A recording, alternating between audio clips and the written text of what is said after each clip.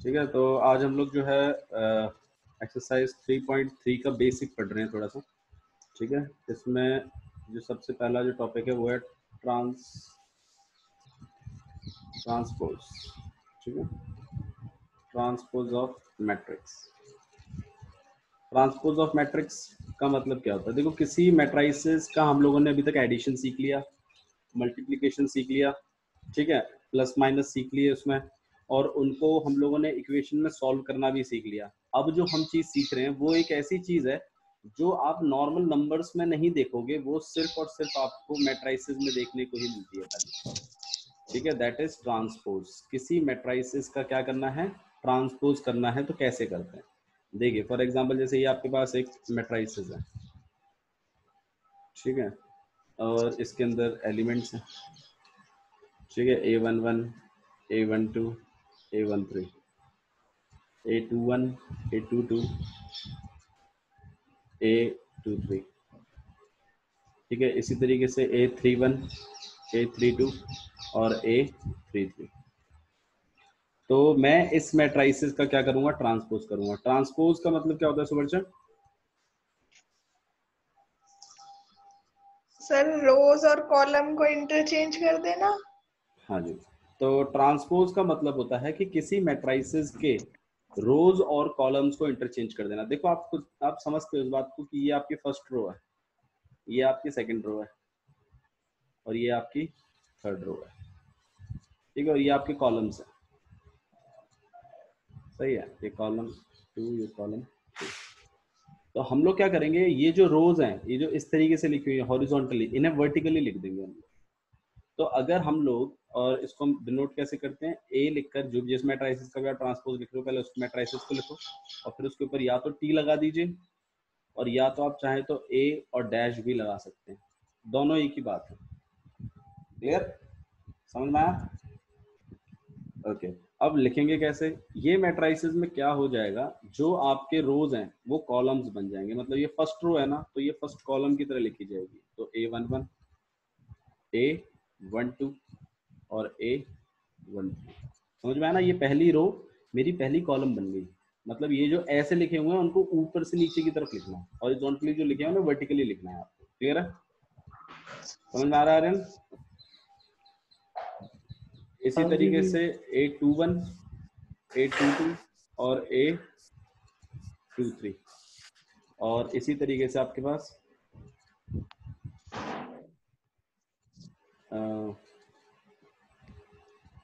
A31, A32 और A33। इस तरीके से आपकी मैट्राइसेस बन जाएगी। समझ में आया? तो ये तो आपकी ए मैट्राइसेस हुई, और ये इसका ट्रांसपोज हुआ। ट्रांसपोज में क्या करते हैं हम लोग? रोज की जगह क्या लिख देते हैं? कॉलम्स को बना के लिखते हैं। ओके, अच्छा जी, चेंजेस देखें तो सही, कौन कौन से एलिमेंट्स में चेंजेस हुए हैं। अगर आप गौर करो तो देखो A11 ये रहा, तो आपका A11 अभी भी यहीं पर ही है, कोई चेंज नहीं हुआ A11 में। और A22 देखो यहाँ बीच में है, तो इसमें भी A22 बीच में ही है, तो A22 में भी कोई चेंज नहीं हुआ है खास। इस तीसरे वाले को देखिए तो हम ये A33 है, और इधर देखिए ये रहा A33। तो इसका मतलब क्या है कि जो डायगोनल एलिमेंट्स होते थे उनमें कोई चेंज नहीं होता। ट्रांसपोज पोजीशनिंग चेंज नहीं होती उनकी। तो चेंज होता कहाँ है? चेंज देखो कैसे होता है। जैसे यहाँ पर A12 था, ये कहाँ पर चला गया? A21 का पोजीशन पर चेंज हो गया, देखो। और A21 कहाँ चला गया? वो A12 का आ गया। गौर कर रहे हैं आप इस चीज पर? देखो, इनका इंटरचेंज हुआ आपस में। इसी तरीके से A31 कहाँ चेंज हो गया होगा? A13 का पक्का। देखो A31, जो 31 था वो वहां चला गया, और 13 यहाँ आ गया। मतलब इनमें इंटरचेंज हो रहा है आपस में। और इसी तरीके से A32 और A23 में चेंज हुआ। ठीक है, क्लियर हुआ? तो जो मेन बात है, जो इसमें जो इम्पोर्टेंट चीज है वो यही है, जो आपको ध्यान रखना चाहिए वो ये है कि डायगोनल एलिमेंट्स की पोजीशनिंग चेंज नहीं होती। डायगोनल एलिमेंट्स वहीं रहते हैं जहां वो हैं। पोजीशनिंग किसकी चेंज होती है? ये A12 A21 की जगह चला जाता है और A21 A12 की जगह आ जाता है। A31 A13 की जगह चला जाता है और A13 A31 की जगह चला जाता है। ऐसा नहीं है कि 31 32 की जगह आ रहा है, ऐसा नहीं हो रहा। समझो, 13 31 की जगह जा रहा है, 31 13 की जगह आ रहा है, 12 21 की जगह जा रहा है और 21 12 की जगह आ रहा है, और ऐसे A23 32 की जगह जा रहा है और A32 23 की जगह आ रहा है। क्लियर हो रहा है? हाँ जी। समझ में आया? तो ये चीज जो है, ये जो ऑपरेशन है, ये चीज कहलाती है आपका ट्रांसपोज। मैट्राइसिस का क्या हो गया? ट्रांसपोज हो गया। अच्छा जी, फॉर एग्जांपल देखिएगा, ये तो मैंने एक स्क्वायर मैट्राइसिस ली थी। स्क्वायर मैट्राइसिस क्या होती है कृष्णा?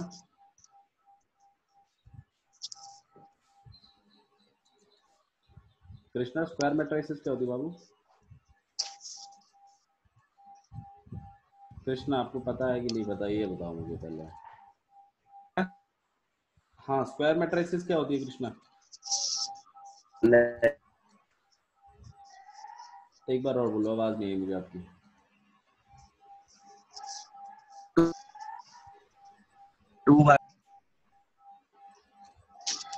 ओके, आर्यन आप बताओ। जिसके रोज और कॉलम्स एक ही हो, जिसका ऑर्डर सेम हो। जिसके ऑर्डर सेम नहीं, जिसके नंबर ऑफ रोज और नंबर ऑफ कॉलम्स जिसके सेम होते हैं, उसे हम क्या कहते हैं? Square matrices. आप सबको मेरी आवाज तो आ रही है ना क्लियर? हाँ जी। हाँ भैया आ रही है। तो ये आपके पास एक मैट्रिसेस मैंने दी हुई है आपको, A35 √3 1 और 0 और -1/5, और ये किस ऑर्डर की है? 3x2 ऑर्डर की है। ओके, अब अगर ये 3x2 ऑर्डर की है और अगर मैं इसका ट्रांसपोज करता हूँ, तो आइए देखते हैं क्या हो जाएगा। रोज क्या बन जाएंगे? कॉलम्स। तो रो ऐसे लिखी हुई है, तो इसको ये आपके पास रो लिखी हुई है, इसको कॉलम बना के लिखना है। तो ये आपके पास 3 और 5, सेकंड रो सेकंड कॉलम बन जाएगा, √3 और ये 1, और ये आपके पास 0 -1/5 बन जाएगा। और ये जो ऑर्डर होगा, अब ये किस ऑर्डर का हो गया? 2 रो और 3 कॉलम का हो गया। आप देख रहे हैं ऑर्डर में क्या चेंज हुआ है? ठीक है, क्लियर है? समझ में आया? ओके, कुछ प्रॉपर्टीज हैं, उन पर गौर कर लेते हैं। अगर मैं किसी मैट्राइसिस का ट्रांसपोज करता हूं और मैं फिर से दोबारा एक बार और ट्रांसपोज कर दूं, तो आंसर कितना आना चाहिए? जितना है वो जो उतना ही आपका पहले आएगा। जो मैट्राइसिस है वही होना चाहिए। ये पहली प्रॉपर्टी है आपकी। मतलब अगर 2 बार ट्रांसपोज अगर आप करते हैं किसी मैट्राइसिस का, तो आपको वापस से वही मैट्राइसिस मिल जाएगी जो स्टार्टिंग में थी। याद रहेगा? हाँ जी। पहली प्रॉपर्टी है। दूसरी प्रॉपर्टी देखिए, A+B, इन दोनों का अगर मैं ट्रांसपोज करता हूँ, तो इसका आंसर क्या होगा? इसका आंसर होगा A का ट्रांसपोज प्लस B का ट्रांसपोज। ओके, तीसरी प्रॉपर्टी देखिएगा, अगर कोई कांस्टेंट है, अगर आप मल्टीप्लाई कर रहे हैं A मैट्राइसिस के साथ और फिर उसका ट्रांसपोज करना चाहते हैं, तो आप इस काम को ऐसे भी कर सकते हो कि पहले ट्रांसपोज कर लो और फिर उसको K से क्या कर लो? मल्टीप्लाई। कोई फर्क नहीं पड़ेगा। ये 3 प्रॉपर्टीज आपको क्लियर हुई? अगर प्लस में है तो सिंपली दोनों को ट्रांसपोज हो जाता है। अगर ट्रांसपोज के ऊपर ट्रांसपोज फिर से लगाओगे तो वही मैट्रिसेस मिल जाएगी जो पहले मिली है। और अगर किसी स्केलर क्वांटिटी कोई मैट्रिसेस से मल्टीप्लाई हो रही है और फिर आप ट्रांसपोज कर रहे हो, तो उसके लिए आप पहले ट्रांसपोज करके फिर के से मल्टीप्लाई भी कर सकते हैं। ओके, तीसरी और अच्छी प्रॉपर्टी है कि अगर आपके पास 2 मैट्रिसेस हैं मल्टीप्लाई में और फिर हमें उसका ट्रांसपोज करना है, तो क्या हम इस चीज को कैसे लिखेंगे? क्या हम इस चीज को ऐसे लिखेंगे? आप ऐसे नहीं लिखोगे। मल्टीप्लाई में ये चीजों का भी ट्रांसपोज हो जाता है, मतलब मैट्रिसेस का तो ट्रांसपोज होगा ही होगा और जगह का भी ट्रांसपोज हो जाता है, मतलब ये मैट्रिसेस। और अब मुझे ये मत कहना कि ए इन दोनों का मल्टीप्लिकेशन बराबर ही आएगा। साहिल, क्या बराबर आएगा इन दोनों का मल्टीप्लिकेशन? साहिल, आवाज आ रही है आपको? हाँ भी आ रही है। हाँ जी, मुझे एक बात बताइए, क्या A इंटू बी और B इंटू ए एक ही बात है? नहीं भैया। क्यों नहीं है? ये दोनों बी इंटू ए और ए इंटू बी सेम बात है, लेकिन इसमें ट्रांसपोज में सेम बात नहीं होती। नहीं, मैट्राइसिस में भी सेम बात नहीं है, नहीं है ना मैट्राइसिस में गाइस, सेम बात है? नहीं है भैया, नहीं है। नहीं है, क्यों नहीं है? नहीं है भैया। क्योंकि भैया रोज और कॉलम्स जो मल्टीप्लाई हो रहे हैं वो इंटरचेंज हो अलग जाते हैं। अलग है। हाँ वो चीज तो ठीक है, मैं तुम्हें प्रॉपर्टीज के बारे में बताया तो थोड़ा लॉजिकल आंसर दो ना, क्योंकि हाँ, मल्टीप्लिकेशन में मल्टीप्लिकेशन हाँ कॉम्यूटेटिव लॉ फॉलो नहीं हाँ होता। ऐसे बोलो, मल्टीप्लिकेशन में कॉम्यूटेटिव लॉ फॉलो नहीं होता सर, तो a into B is not equal to b into A. तो क्या a plus b plus a के इक्वल होता है साहिल? ये चीज होती है? हाँ ये हो सकता है। अरे बोलो, तेज बोलो, आवाज नहीं आ रही मुझे। होता है कि नहीं होता? होता है, होता है। ये होता है। क्यों? क्योंकि प्लस में कॉम्यूटेटिव लॉ फॉलो होता है मैट्रिसेस द्वारा, मल्टीप्लिकेशन में कॉम्यूटेटिव लॉ फॉलो नहीं होता। ठीक है, this is the main reason. तो इसी तरीके से अगर a और b का ट्रांसपोज है तो इसको सॉल्व कैसे करेंगे? इसको हम सॉल्व करेंगे b ट्रांसपोज इनटू में a ट्रांसपोज। बात समझ में आ गई? किसी को डाउट है तो मुझे अभी बता दीजिए। प्रॉपर्टी ये है, एक प्रॉपर्टी यहाँ पर, ये दूसरी वाली है, तीसरी वाली मैंने प्लस में लिखी थी और चौथी वाली मैंने मैट्रिक्स ट्रांसपोज का ट्रांसपोज किया था। तो ये चार प्रॉपर्टीज हैं आपकी ट्रांसपोज की जो आपको ध्यान रखनी है। ओके, क्लियर है? तो आइए नेक्स्ट टॉपिक लेते हैं, सिमेट्रिक मैट्रिसेस। किसी को डाउट है इसमें तो अभी मुझे बता दो, मैं इसको वापस एक बार और क्लियर कर दूंगा अगर डाउट है तो। ट्रांसपोज क्या होता है साहब? Interchange of rows and column. हाँ जी, interchange of rows into columns. ठीक है। अच्छा, जब मैं ट्रांसपोज करता हूं तो कौन से एलिमेंट्स पे फर्क नहीं पड़ता? भैया जिनका वो आई और जे इक्वल है। हाँ जी, डायगोनल एलिमेंट्स के ऊपर कोई फर्क नहीं पड़ता। ठीक है ना? डायगोनल एलिमेंट्स तो होते हैं जिनका आई और जे सेम होता है। हाँ भैया। अच्छा जी, symmetric and skew symmetric matrices के बारे में हम लोग बात कर रहे हैं। सबसे पहले हम लोग बात करते हैं सिमेट्रिक मैट्रिसेस के बारे में। सिमेट्रिक मैट्रिसेस क्या होती है? सिमेट्रिक मैट्रिसेस जो होती है वो आपके पास कुछ ऐसी होती है कि अगर मैं उस मैट्रिसेस का अगर ट्रांसपोज करूँ ना, मान लो फॉर एग्जांपल जैसे कोई एक मैट्रिसेस है और अगर मैंने उसका ट्रांसपोज किया तो मेरे को वो ए मैट्रिसेस के इक्वल ही मिलना चाहिए। अगर ऐसा होता है तो ये ए मैट्रिसेस आपकी क्या कहलाएगी? Symmetric matrices. बात समझ में आई? दोबारा सुनो, मैंने क्या कहा है आपसे। मैंने आपसे ये कहा है कि अगर मैंने कोई मैट्रिसेस ली और अगर मैंने उसका ट्रांसपोज किया और अगर उसका ट्रांसपोज उसके उसी मैट्रिसेस के इक्वल भी आ गया, मतलब कोई चेंज ही नहीं आया ट्रांसपोज करने के बाद, वो इक्वल टू वही मैट्रिसेस है, तो ऐसी मैट्रिसेस कहलाती है आपकी सिमेट्रिक मैट्रिसेस। क्या कहलाती है? Symmetric matrices. अब आप बोलोगे सर भैया ये कैसे पॉसिबल है? देखो, आपने खुद अभी अभी एक चीज तो आपने तो शॉर्टकट तो पकड़ ही रखा है कि A11 चेंज नहीं होता, A22 चेंज नहीं होता और A33 चेंज नहीं होता। ये कृष्णा, ये बात तो आपने समझ रखी है ना? सही है ना? तो चेंज होता किसका है? चेंज होता है आपके पास A12 का A21 के साथ। ठीक है, नॉन डायगोनल। हाँ, नॉन डायगोनल एलिमेंट्स का नहीं, किसका किसके साथ चेंज होता है वो भी बहुत इंपॉर्टेंट बात है यहाँ पर। और A23 का A32 के साथ, अरे यार ये मैंने गलत लिखा, एक्चुअली A13 लिखना था यहाँ पर, A13 का A31 के साथ। ठीक है, इसी तरीके से आपका A32 के साथ। सही है ना? ये इससे चेंज होता है, ये इससे चेंज होता है और ये इससे चेंज होता है, यही तो चेंज होते हैं आपस में। अगर मैं जानबूझ के थोड़ा स्मार्ट बनकर अगर ऐसी मैट्रिसेस लिखूं जानबूझ के जिसमें डायगोनल एलिमेंट्स को तो मैं कोई भी वैल्यू दे दूं, उससे क्या फर्क पड़ता है? क्योंकि वो तो कभी अपनी जगह चेंज करेंगे ही नहीं। चेंज करेगा कौन? चेंज करेंगे आपके A1 to 21 के साथ। तो भाई मैं इनको सेम रख देता हूँ और इनको किस काम दे, जैसे -5 है, लो मैं इसको भी -5 रख देता हूँ। ठीक है, और जो आपका ये वाला है मान लीजिए इसको 7, तो इसको भी 7 रख देता हूँ। ये एक मैट्रिसेस है तुम एक बार चेंज करके देखना इसको, इसके ऑर्डर को, इसको एक बार ट्रांसपोज निकाल के देखो, आपको अपने आप समझ में आएगा। ठीक है, क्या चीज है। तो ऐसी मैट्रिसेस आप खुद भी प्रिपेयर कर सकते हैं। ठीक है, इसमें बस खाली क्या करना है कि आपको A12 को और A21 वाला जो एलिमेंट है उसको सेम रखना है जानबूझ के। क्यों? क्योंकि ट्रांसपोज करने के बाद भी कोई खास उसमें चेंज मुझे नहीं दिखना चाहिए। क्योंकि मान लो कल को मैंने इसको ट्रांसपोज किया तो ऐसा ना हो जाए कि ये 4, देखो क्या होगा इसमें, ये 4 यहाँ पर आ जाएगा और ये 4 कहाँ चला जाएगा वहां पर, तो क्या फर्क पड़ा? कोई फर्क थोड़ी पड़ा, मैट्रिसेस तो मेरी वही रहेगी ना। सही बात है ना कृष्णा? ठीक है, ठीक है भैया। ओके। तो ट्रांसपोज मैट्रिस, तो आपकी जो सिमेट्रिक मैट्रिसेस है उसमें हम लोग इस तरीके से प्रिपेयर करते हैं। अच्छा जी, नेक्स्ट मैट्रिसेस हमारे पास क्या है? तो ये मैट्रिसेस आपकी सिमेट्रिक मैट्रिसेस होगी कि नहीं होगी, ये बताइए। होगी ना। और अगर ये सिमेट्रिक मैट्रिसेस होगी तो कैसे पता चला आपको? क्यों? क्योंकि मैंने जब उसका ट्रांसपोज किया तो वो मुझे मेरी मैट्रिसेस के इक्वल ही मिला। क्लियर?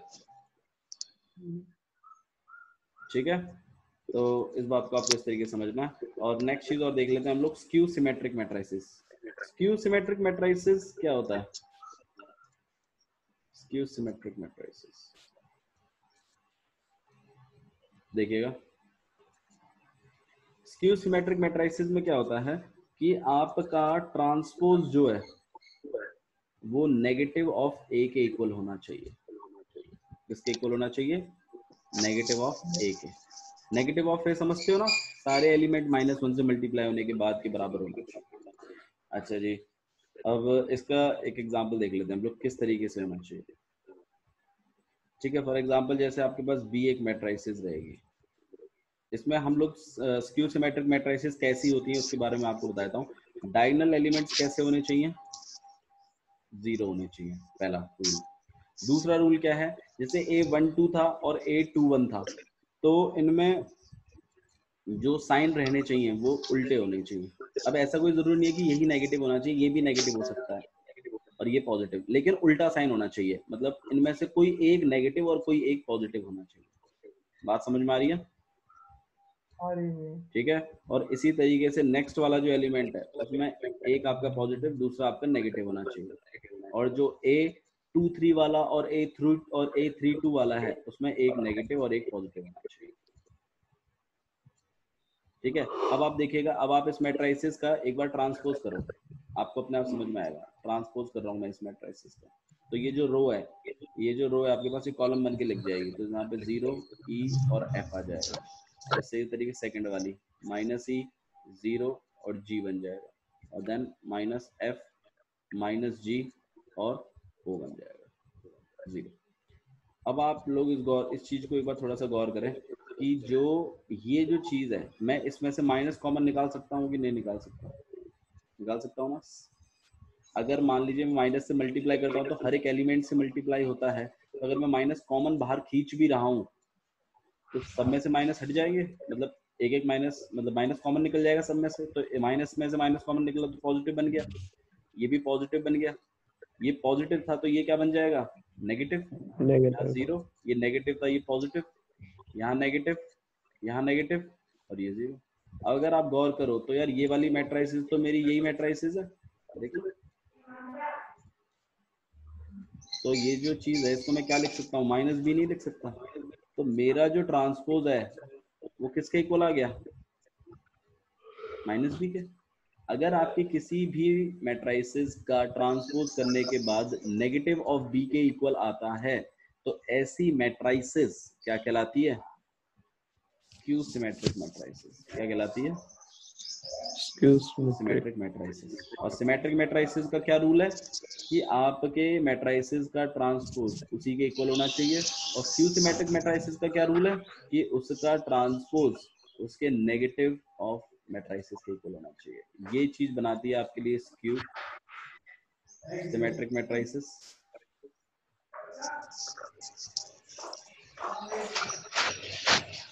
ठीक है, और ये बनाती है आपके लिए सिमेट्रिक मैट्रिसेस।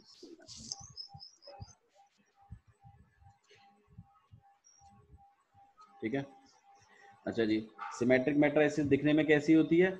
सिमेट्रिक मैट्रिसेस आपकी दिखने में होती है कुछ इस तरीके की, ऐसे बना के। उसमें बस खाली आपको एक चीज को ध्यान रखना है कि जैसे मान लीजिए आप इसको ए, इसको बी और इसको सी चला रहे हो, तो अगर इसको डी चला रहे हो तो इसको भी डी चलाओ, इसको अगर ई चला रहे हो तो इसको भी ई चलाओ, और अगर इसको आप एफ चला रहे हो तो इसको भी एफ चलाओ। आया समझ में? तभी बराबर हो सकती हैं। और इसका इसका तो ऐसा रूल है कि जी डायगोनल एलिमेंट्स को तो रखो 0, और जो नॉन डायगोनल एलिमेंट्स हैं उनके साइनों को उल्टा रखो। जैसे यहाँ पर ए है तो यहाँ माइनस ए रखो, यहाँ बी है तो यहाँ माइनस बी रखो, और यहाँ सी है तो यहाँ माइनस सी रखो, तभी ये काम हो सकता है। चीज समझ में आ रही है कि नहीं आ रही है आपको? ठीक है, क्लियर है? हाँ जी। तो ये आपके पास कुछ सिमेट्रिक और स्क्यू सिमेट्रिक मैट्रिसेस हैं। अच्छा जी, एक चीज और देख लीजिए क्या है।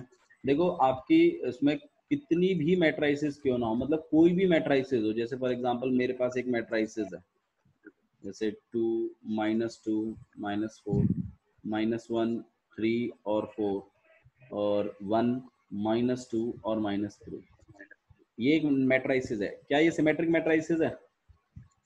देख के बताइए, क्या ये सिमेट्रिक है? क्या ये और ये सेम है? इसमें डायगोनल एलिमेंट तो कुछ भी हो, लेकिन नॉन डायगोनल ये जो 1 1 2 और 2 1 है, क्या ये सेम है? नहीं है, तो ये सिमेट्रिक मैट्रिसेस नहीं है। अच्छा, क्या ये स्क्यू सिमेट्रिक मैट्रिसेस है? नहीं है भैया। नहीं है भैया। मैट्रिसेस भी नहीं है। नहीं। तो मतलब ये एक ऑर्डिनरी मैट्रिसेस है, नॉर्मल मैट्रिसेस है। ठीक है, there is nothing more to learn about it. But आपको इस बात को समझना है कि जितनी भी मैट्रिसेस होती हैं, जितनी भी मैट्रिसेस हैं अभी तक, वो सारी की सारी मैट्रिसेस सिमेट्रिक मैट्रिसेस, सिमेट्रिक और स्क्यू सिमेट्रिक मैट्रिसेस से मिलकर बनती हैं। मतलब आपकी जितनी भी मैट्रिसेस है ना, जितनी भी जो भी आपकी ऑर्डिनरी मैट्रिसेस बनती हैं, वो सारी की सारी कहीं ना कहीं सिमेट्रिक और स्क्यू सिमेट्रिक मैट्रिसेस के कॉम्बिनेशन से बनती हैं। तो मतलब इस मैट्रिसेस के अंदर सिमेट्रिक मैट्रिसेस भी है कहीं ना कहीं, और स्क्यू सिमेट्रिक मैट्रिसेस भी है। और सिमेट्रिक मैट्रिसेस और स्क्यू सिमेट्रिक मैट्रिसेस जब मिली हैं, प्लस हुआ है जब उनमें, तब जाकर आपकी ये ऑर्डिनरी मैट्रिसेस बनी है। मेरी बात समझ में आ रही है आपको? ठीक है, तो आपकी जो भी ऑर्डिनरी मैट्रिसेस होती हैं, it is a sum of symmetric matrices and skew symmetric matrices. ठीक है, ओके गाइस, समझ में आया आप लोग को? अच्छा जी, अब एक चीज और समझनी है, अगर ये वाकई में ही सिमेट्रिक और स्क्यू सिमेट्रिक मैट्रिसेस से मिलकर बनी है, तो भैया कुछ तरीका तो बताओ। मतलब इस मैट्रिसेस की जो वो स्क्यू सिमेट्रिक मैट्रिसेस और सिमेट्रिक मैट्रिसेस निकालने का कोई तरीका नहीं है? तो सुनो वो तरीका क्या है। अगर आपको सिमेट्रिक मैट्रिसेस निकालनी है ना, तो उसका तरीका होता है 1/2 B प्लस B ट्रांसपोज। ये तो होता है सिमेट्रिक मैट्रिसेस निकालने का। इसी मैट्रिसेस के अंदर छुपी हुई सिमेट्रिक मैट्रिसेस निकालने का तरीका है ये। और स्क्यू सिमेट्रिक मैट्रिसेस निकालने का तरीका है 1/2 B माइनस B का ट्रांसपोज। बात समझ में आई क्या कह रहा हूं मैं आपसे? ठीक है, तो इस बात को आपको ध्यान रखना है कि आपकी ऑर्डिनरी मैट्रिसेस जो हैं, it is a combination, it is the sum of symmetric and skew symmetric matrices, right? अब सिमेट्रिक मैट्रिसेस, मान लीजिए मेरे को किसी ऑर्डिनरी मैट्रिसेस के अंदर छुपी हुई सिमेट्रिक मैट्रिसेस निकालनी है, तो कैसे निकालूंगा? It is 1/2 bracket B plus B का ट्रांसपोज। और अगर स्क्यू सिमेट्रिक निकालनी है तो 1/2 B माइनस B का ट्रांसपोज। ओके, आप निकाल सकते हैं, और मैं इसकी भी निकाल लेंगे मैट्रिसेस। बाकी हम लोग एक्सरसाइज में क्वेश्चन देखेंगे और क्या क्या है। ठीक है, सो दिस इज इट। इसका जो बेसिक इंट्रोडक्शन है आपकी एक्सरसाइज 3.3 एक्सरसाइज का, वो यही है। इससे ज्यादा इस एक्सरसाइज का बेसिक और नहीं है। ठीक है, आइए क्वेश्चन कंटिन्यू करते हैं। क्वेश्चन नंबर 1 देखिए, सबसे पहला क्या लिखा हुआ है, एक्सरसाइज 3.3। ठीक है, और find the transpose of this matrices. तो इस मैट्रिसेस को पहले एक नाम दीजिए, 5 1/2 और -1। मुझे इसका खाली क्या करना है, बस ट्रांसपोज करना है। तो 8 लिखिए और बना दीजिए। ये कौन सी मैट्रिसेस है? कौन सी मैट्रिसेस है ये? Column matrices. कॉलम मैट्रिसेस है। इसमें एक कॉलम में बहुत सारी रोज हैं। तो हम क्या करेंगे, ये रो मैट्रिक्स में कन्वर्ट हो जाएगी ऑब्वियस सी बात है, क्योंकि जो आपकी रो है वो कॉलम बन जाती है, या फिर एक पूरा कॉलम आपका एक रो बन जाता है, ऐसे लगा लो। कॉलम को रो में चेंज करना है, रो को कॉलम में चेंज करना है, किसी एक को पकड़ लो, कॉलम को पकड़ लिया मैंने, रो में चेंज कर रहा हूँ, तो 1/2 -1 ये आपका ट्रांसपोज हो जाएगा। कोई प्रॉब्लम है, कर सकते हैं ना इस क्वेश्चन को? ठीक है, इसी तरीके से आपकी बहुत ही सिंपल नेक्स्ट क्वेश्चन भी है, थर्ड वाले क्वेश्चन को हम कर लेते हैं एक बार और, हालांकि सिंपल है, ज्यादा कोई टफ वाली बात नहीं है, हल्का ही क्वेश्चन है, फर्स्ट का थर्ड देख रहे हैं। ठीक है, -1 5 और 6 √3 5 और 6 2 3 और -1, ये आपके पास मैट्रिक्स है, इसका ट्रांसपोज करना है। तो वेरी सिंपल, बस खाली आपने क्या करना है, रो के ऊपर ध्यान देना है, रो के ऊपर ध्यान दे लो या कॉलम के ऊपर ध्यान दे लो, हम यहाँ पर रो पे ध्यान दे रहे हैं। ठीक है, तो हमें इसको कॉलम बनाना है, तो -1 5 और 6, फिर आपके पास √3 5 और 6 और 2 3 और -1। ठीक है, क्लियर है? तो इस तरीके से आपको उसको करना है। ओके, समझ में आया? ट्रांसपोज निकालना है बस खाली, और कुछ नहीं बोला आपसे उसमें। नेक्स्ट क्वेश्चन देखिए, क्वेश्चन नंबर 2, थोड़ा सा देख लीजिएगा इसको कैसे करना है। क्वेश्चन नंबर 2 में आपको क्या है, दोनों मैट्रिसेस दी हुई हैं, एक ए मैट्रिसेस दी हुई है -1 2 3 5 7 9 -2 1 और 1। साहिल समझ में आ रहा है ना बाबू को? अभी कोई प्रॉब्लम तो नहीं हो रही? -4, ठीक है, -4 1 और 5 और -5 सॉरी, और यहाँ पे आपके पास 1 2 और 0, और यहाँ पे 1 3 और 1। अब मान लीजिए ये आपको दो मैट्रिसेस दी हुई हैं और आपको बोला है वेरीफाई करो, क्या करो, इसको वेरीफाई करवा के दो मुझे कि A + B का ट्रांसपोज जो है वो आपके A ट्रांसपोज + B ट्रांसपोज के इक्वल होता है। देखिए याद करो, ये एक प्रॉपर्टी थी, है ना, तो हमें तो बस इसको वेरीफाई करवाना है, खाली वेरीफाई करवाना है, मतलब हम इसको LHS ले लेंगे। पहले हम क्या करेंगे, A + B और फिर ट्रांसपोज करेंगे, तो हम पहले दोनों मैट्रिसेस को प्लस कर देंगे और फिर उसका क्या कर देंगे हम, ट्रांसपोज। ये काम होगा आपका LHS में। और RHS में क्या करना है आपको, कि A का ट्रांसपोज, मतलब इस वाली मैट्रिसेस का आपको क्या निकाल के देना है मुझे, ट्रांसपोज, और फिर B का ट्रांसपोज, और फिर ट्रांसपोज करके जो आंसर आएगा उन दोनों को लास्ट में क्या करना है, प्लस करना है। चीज समझ में आ रही है, क्या करना है, कर पाएंगे? कोई प्रॉब्लम है तो बताइए अभी इसमें। ठीक है, तो I want you to try this whole exercise, और जहां तक आप कर सकते हैं, हालांकि मेरा आपको एडवाइस है कि आप मुझे क्वेश्चन नंबर 7 तक करके देंगे, एक्सरसाइज 3.3 में क्वेश्चन नंबर 7 तक आप मुझे करके देंगे, और बाकी अगर कोई डाउट बनता है तो उसको हम डिस्कस भी करेंगे। ठीक है, इसके बाद इस एक्सरसाइज के बाद हमारा एक ही टॉपिक रह जाएगा, elementary operation, transformation of matrices. ठीक है, ठीक है भैया। गाइस समझ में आ रहा है कैसे करना है? हाँ भैया। ट्राई कीजिए, नहीं आता है तो मुझे बताइएगा, I will do each and every question, don't worry. ठीक है, कहाँ तक करने हैं भैया? क्वेश्चन नंबर 7 तक करना है बाबू आपको, इस एक्सरसाइज का क्वेश्चन नंबर 7 तक। Okay, okay so Okay. that's all for today, thank you।